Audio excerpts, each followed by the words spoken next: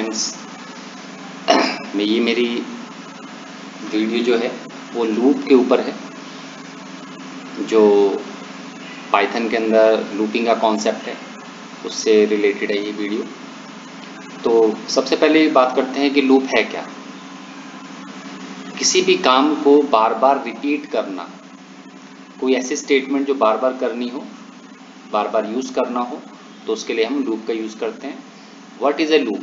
As we have already study here are many situation where we need to repeat some set of tasks again and again, like while writing table of any number we multiply same number from 1 to 10, multiplying number from 1 to find factors in real life to prepare parentheses, suppose to prepare your bag with all item daily coming to school again and again etc.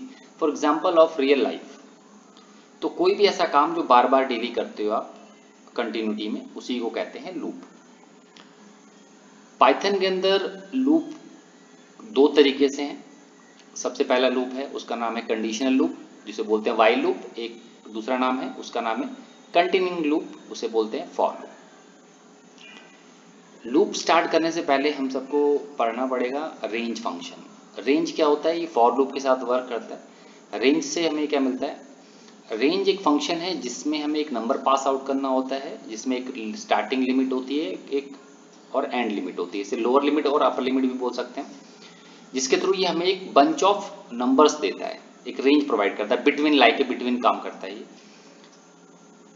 तो range में क्या होता है, जैसे दिया हुआ example आप लिखोगे रेंज के बाद लिखा हमने 1 कॉमा, यहाँ पे लिखा हुआ है 1 comma 10 will be generated set of values from 1 to 9।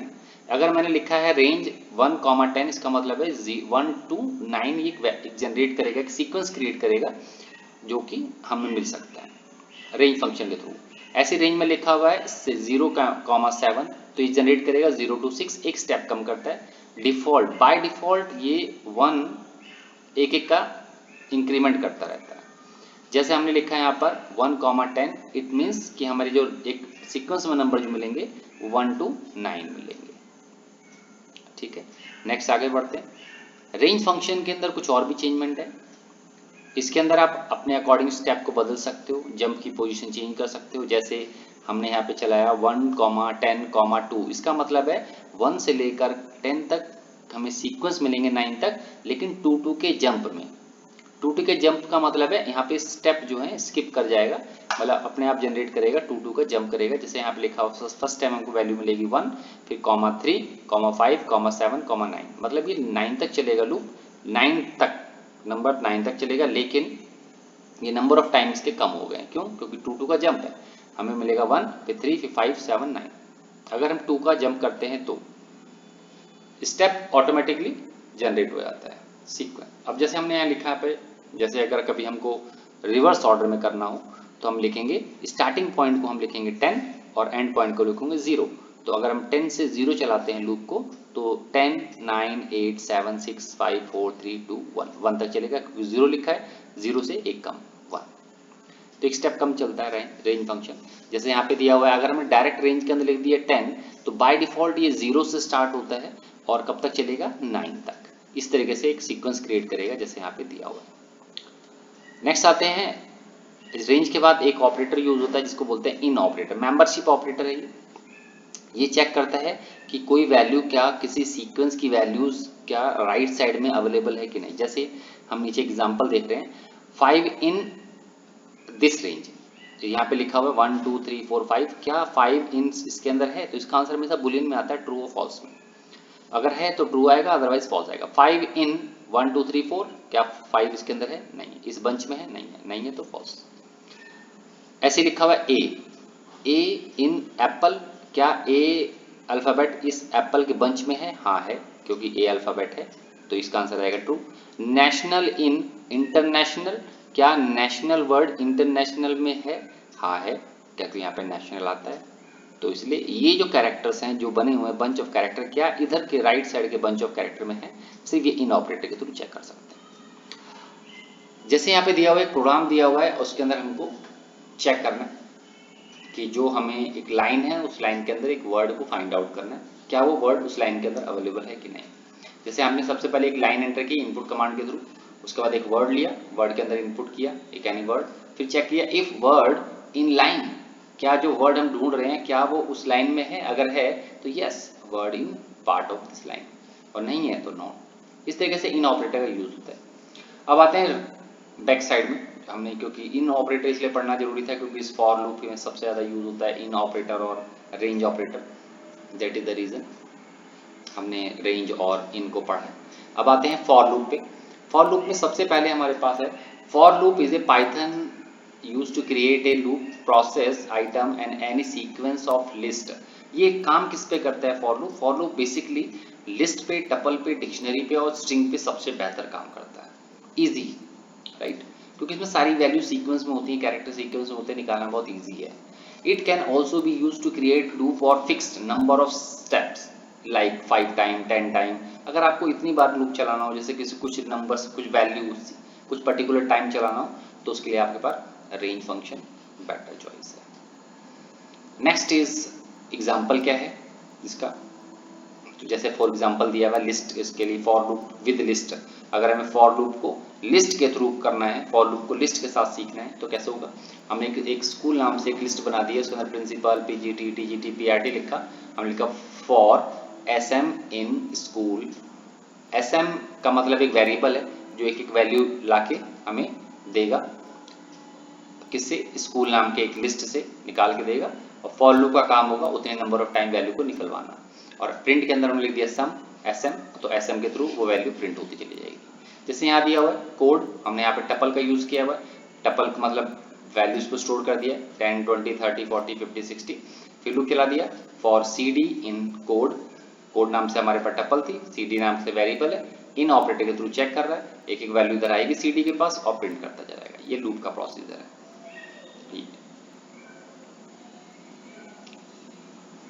ये सब लूप के प्रोसीजर है, इस तरीके से लूप वर्क करता है। तो जैसे यहाँ पे दिया हुआ है देन कैसे वर्क करेगा, सबसे पहले लिखा हुआ है कोड, कोड में लिखा हुआ है 10 20 30 40 60।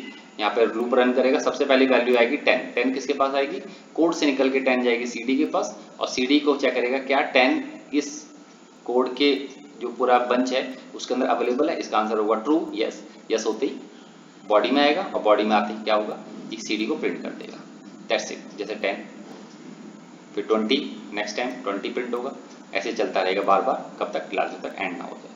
अब जैसे यहाँ पे एक दिया हुआ है एक स्ट्रिंग के ऊपर कैसे काम करना है, तो हम चाहें तो स्ट्रिंग को एक जगह स्टोर करके रख सकते हैं, या फिर हम सीधा डायरेक्ट भी लिख सकते हैं, जैसे लिखा है फॉर ch इन प्लान, ठीक है, प्लान। अब प्लान के अंदर लिखा हुआ है, तो हमने यहाँ पे लिखा ch को प्रिंट कर रहे हैं, तो प्लान से एक एक कैरेक्टर निकलेगा और किसके पास जाएगा? ch के पास जाएगा, और वो उसको हम प्रिंट कर सकते हैं। इसको बोलते हैं स्ट्रिंग विद लूप। ऐसी फॉर लूप होता है विद रेंज, जो हमने पढ़ा था थोड़ी देर पहले। अगर रेंज के साथ कैसे काम करना है, रेंज के साथ हम तब काम करते हैं जब हमें नंबर ऑफ टाइम पता हो कि इतनी बार लूप चलना है, कितनी बार नहीं चलना। तो जैसे यहाँ पे दिया हुआ है let us create a loop print all the natural number 1 to 100। 1 to 100 हमको एक लूप चलाना है और उसको प्रिंट करना है, दैट्स इट। तो यहाँ पे लिखा हुआ है for I in range, range लिखा और हमने लिखा 1, 100 1, मतलब हमें 100 तक चलाना है ना, तो एक को ज्यादा लिखते हैं क्योंकि हमारा लूप जो होता है रेंज जो फंक्शन है एक स्टेप कम चलता है, इसीलिए। तो रेंज के थ्रू हमें क्या वैल्यू मिलेगी? 1 to 100 एक नंबर्स मिल जाएंगे और बार बार वो हमें देता रहेगा, और हम यहाँ पे इसको प्रिंट कर रहे हैं आई के थ्रू, क्योंकि आई के थ्रू वैल्यू आएगी आई के पास वो रेंज के थ्रू, और हमें वो मिलती जाएगी। यहाँ पे लिखा हुआ है end equal to /t। /t का मतलब है टैब, मतलब जो भी वैल्यू आएगी हॉरिजॉन्टल फॉर्म में प्रिंट करता रहेगा और कुछ नहीं, स्पेस के साथ में। जैसे यहाँ पे दिया हुआ है प्रोग्राम कि हमें टेबल प्रिंट करनी है एनी नंबर, तो हमने यहाँ पे लूप चलाया, एक वैल्यू ली, पहले हमने एक नंबर एंटर कराया, फिर एक लूप चलाया फॉर आई इन रेंज। जैसे टेबल होती है, टेबल में हमें जो टेबल रन करना होता है 1 to 10 करना होता है, तो हमने यहाँ पे लूप जो चलाया 1 to 11 चलाया, क्योंकि 1 to 11 चलाएंगे तो 1 to 10 हमें वैल्यू मिलेंगी। और हमने क्या किया, नम नाम से एक वेरिएबल लिया था, उसको इनटू किया आई के साथ। आई क्या है? एक एक करके नंबर आएगा, 1 आएगा, 2 आएगा, और एक्स में जो भी हम एक्स मतलब नम में हम जो भी वैल्यू देंगे वो मल्टीप्लाई हो जाएगा और वो आंसर आ जाएगा हमारे पास। तो इस तरीके से हम कोई भी नंबर को निकाल सकते हैं, लूप चला सकते हैं। जैसे यहाँ पे एक क्वेश्चन और दिया हुआ है, program to find sum of all number divisible by 7 between 1 to 100। हमें वो नंबर्स निकालने हैं जो नंबर 7 से डिविजिबल बाय हों 1 to 100 के बीच में। तो हमने क्या किया, हमने एक लूप चलाया for I in range 1 to 101, और इफ आई के अंदर एक वैल्यू आएगी और मोड बाय 7 इक्वल 0 अगर है तो हम उसको यहाँ पर एक वेरिएबल में स्टोर कर रहे हैं और लास्ट में उसको प्रिंट कर देते हैं। That's it. इसे बोलते हैं सम ऑफ डिविजिबल बाय 7 नंबर। तो ऐसे बहुत सारे प्रोग्राम दिए हुए हैं यहाँ पे, इन नंबर्स प्रोग्राम को देख सकते हो आप और इसको सॉल्व करिए, इसके थ्रू आपको और थोड़ा हेल्प होगी। इसके बाद आते हैं वाइल लूप। वाइल लूप और फॉर लूप में डिफरेंशिएशन यही है कि फॉर लूप एक कंटिन्यू लूप है, एक सर्टेन कंडीशन एक सर्टेन टाइम तक लूप चलता है, फिक्स टाइम है। जैसे आपको 10 टाइम चलाना है, 100 टाइम चलाना है, 20 टाइम चलाना है, तो लूप फॉर लूप के इजी स्टेप्स हैं।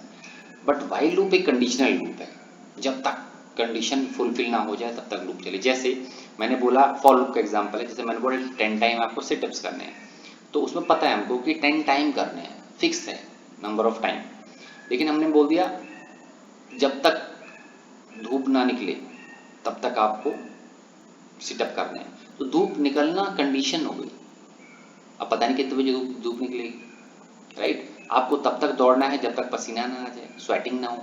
तो कब तक पसीना नहीं आएगा, कब तक दौड़े हम, हमें नहीं पता, है ना। तो इसी को बोलते हैं कंडीशनल लूप, ये कंडीशन हो गई। तो वाइल लूप जो होता है वो कंडीशन बेस्ड होता है, जब तक काम वो ना हो जाए तब तक वो करता रहे, बार बार रिपीट रिपीट रिपीट।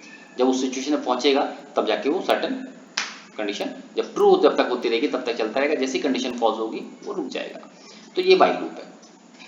जैसे दिया हुआ है, while loop is a Python is conditional loop which repeat the instruction as long as condition remain true. जब तक कंडीशन ट्रू है तब तक चलेगा।